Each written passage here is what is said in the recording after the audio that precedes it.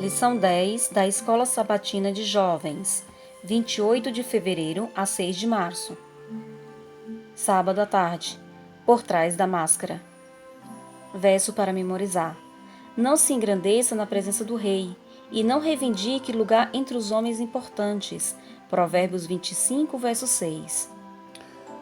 Prévia da semana. Se alguém está desencorajado ou está lidando com problemas não resolvidos, qual é a melhor coisa a fazer? Estudar os conselhos práticos de Provérbios capítulo 25 e capítulo 26 e aprender com o testemunho de outras pessoas que já passaram por experiências dolorosas é algo que pode ajudar a lhe dar sabedoria para a vida diária. Acima de tudo, busque a prometida bênção do Deus de toda consolação. Leitura adicional. Ouça Salmos 50, versículo 23. O que me oferece sacrifícios de ações de graças, esse me glorificará, e ao que prepara o seu caminho, dar-lhe-ei que veja a salvação de Deus. Leia também Parábolas de Jesus, no capítulo A Linguagem, página 335 a 339, de Ellen White.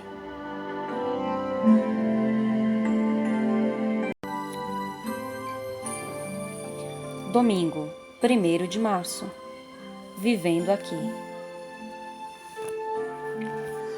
Às vezes me pergunto se sou digno de estar na presença do Senhor. Você já se perguntou a mesma coisa? Não me considero digno, especialmente quando me comparo a Jesus. Tenho lutado para entender qual é o propósito do Senhor em minha vida e o que Ele quer que eu realize. Essas expectativas são uma realidade para muitos que frequentam a igreja semanalmente. Como podemos alcançar tão elevado padrão? Em momentos de dúvida, frequentemente procuro minha Bíblia para buscar coragem e orientação. Confie no Senhor de todo o seu coração e não se apoie em seu próprio entendimento. Reconheça o Senhor em todos os seus caminhos e Ele endireitará as suas veredas. Provérbios capítulo 3, versos 5 e 6. Se não nos apoiarmos no Senhor, poderemos cair, vítimas de uma das muitas armadilhas de Satanás. Nossa natureza se tornou pecaminosa desde a queda de nossos primeiros pais, e necessitamos continuamente lutar contra nossas tendências herdadas. Precisamos estar alerta contra os enganos da serpente. Com que frequência ela tem tentado você? Palavras faladas são muito poderosas e precisamos ser cuidadosos. Pelo fato de que as palavras são tão agradáveis ao ouvido, é importante escutar e pensar antes de responder. Por isso, diariamente temos que pedir a sabedoria ao Senhor para que Ele nos conduza em nossa vida cotidiana. O mundo tem muitas formas de ocupar a mente, sempre sobrecarregada por luzes, sons e tentações. Como podemos sobreviver sem a direção do Espírito de Deus? A resposta é que não podemos. Deus quer que sejamos como Jesus. Com a ajuda do Espírito Santo, devemos desenvolver um caráter semelhante ao de Cristo. Assim como uma lagarta se transforma em borboleta, devemos ser transformados à sua semelhança para que outros possam vê-lo em nós. Quando você estudar a lição desta semana, lembre-se que Deus traçou as diretrizes de como viver neste mundo. Jesus é nosso modelo, nosso mestre. Sem Ele não somos nada, mas com Ele podemos tudo. Ele provê conforto para aqueles que o buscam neste mundo que parece sem esperança. Mãos à Bíblia. Ouça Provérbios, capítulo 25, versículo 2 e 3. A glória de Deus é encobrir as coisas, mas a glória dos reis é esquadrinhá-las.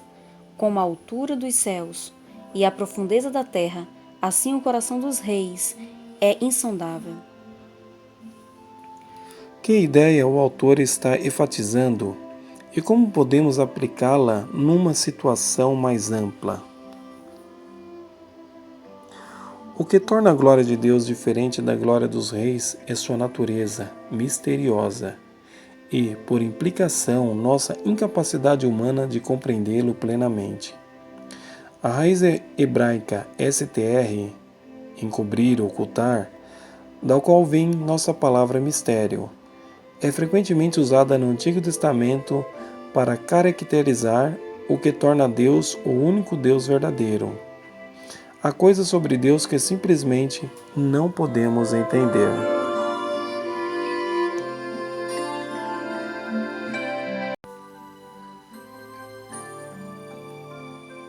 Segunda, 2 de março. Cidadãos do céu.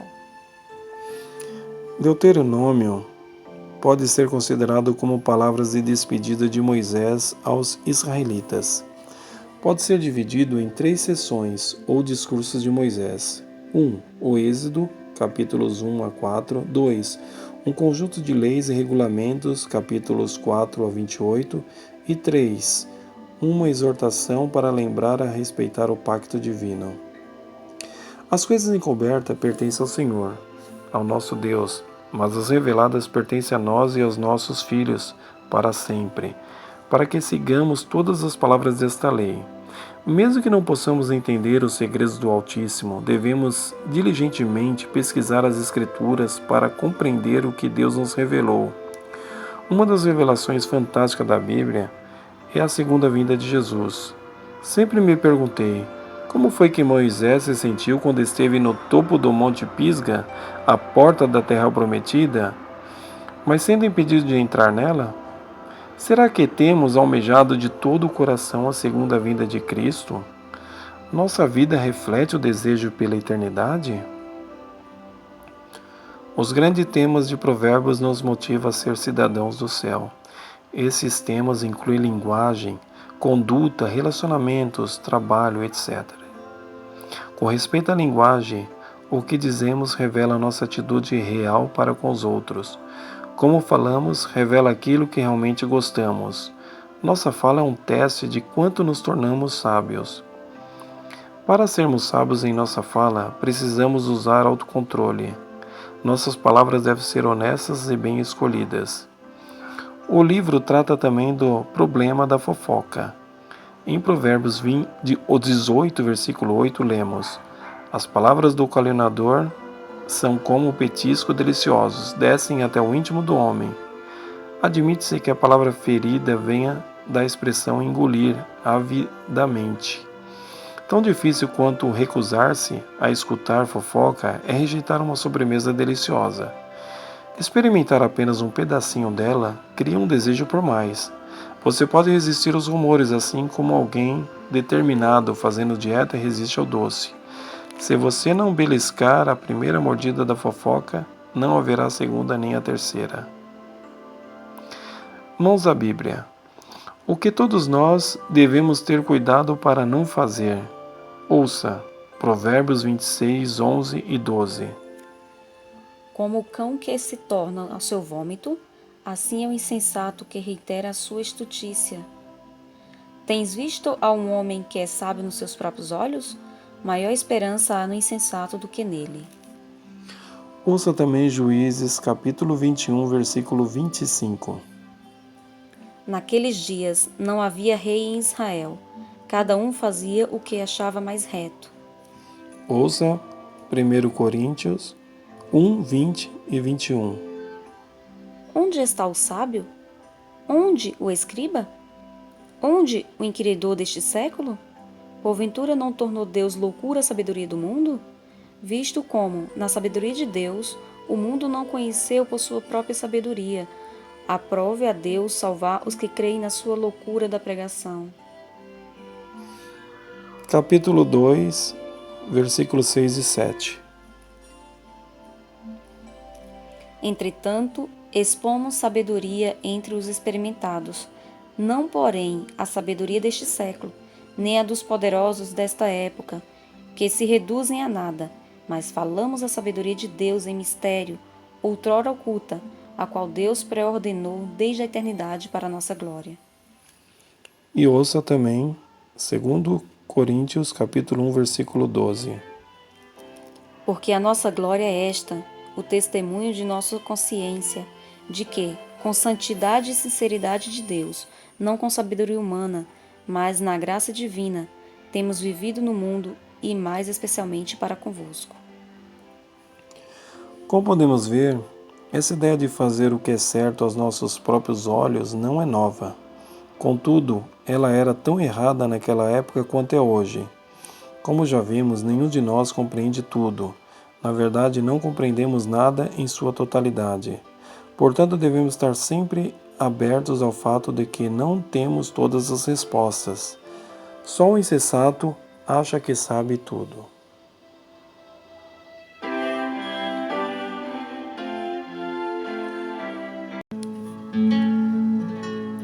Terça-feira, 3 de março. Seja verdadeiro. Conheça-se. Paus e pedras podem quebrar meus ossos, mas as palavras jamais me machucarão. É uma rima infantil que muitos já escutaram em alguma ocasião. Ela é interessante, mas, como a maioria de nós já sabe, também é tremendamente falsa. As palavras são como armas, podem machucar profundamente. O livro de Provérbios fala sobre os efeitos das palavras que usamos. Como seres humanos, temos uma tendência inerente de manipulação. Estrategicamente, elaboramos as frases quando estamos tentando escapar de problemas ou tentando conseguir algo que queremos, mas não merecemos. O que mais as palavras têm a dizer sobre nós? Quem realmente somos? Quem alegamos ser e quem desesperadamente desejamos ser? Por que algumas vezes criamos e recriamos as realidades ao nosso redor com nossas palavras? É possível que o que dizemos tenha mais que ver com o que somos do que com o que pensamos? Provérbios 23, versículos 6 e 7 nos lembra de que os pensamentos formam nossos motivos e tendem a nos definir. Assim, as palavras que proferimos são meramente um produto do que está no coração. Talvez então a melhor maneira de gerenciarmos os efeitos do que dizemos é prestar muita atenção ao nosso coração. Quem é cuidadoso no que fala evita muito sofrimento. O conhecimento de Deus é infinito. Sua prerrogativa com relação a assuntos ocultos é apenas uma razão para que o honremos e o exaltemos. Ele não precisa investigar coisa alguma, pois tudo conhece perfeitamente, por uma visão clara e precisa, e nada pode ser escondido dele. Há uma profundidade insondável em seus conselhos. Desde que foi criado, o ser humano tem procurado compreender e explicar o mundo e os fenômenos naturais que ocorrem ao seu redor. Do iluminismo até a era mais recente de explosão tecnológica, temos ficado fascinados com as descobertas do mundo natural, visível e invisível. Contudo, prêmios Nobel e outras conquistas resultantes de nossos esforços acadêmicos somente avançam até os limites do que Deus revelou. O conhecimento da mente humana também é uma grande incógnita. O livro de Provérbios caracteriza isso como uma tentativa fútil para medir a altura do céu ou a profundidade da terra. Mãos à Bíblia. Que advertência encontramos em Provérbios capítulo 26, versículo 13 a 16? Ouça. Diz o preguiçoso: um leão está no caminho, um leão está nas ruas. Como a porta se revolve nos seus gonzos, assim o preguiçoso no seu leito. O preguiçoso mete a mão no prato e não quer ter o trabalho de levar à boca.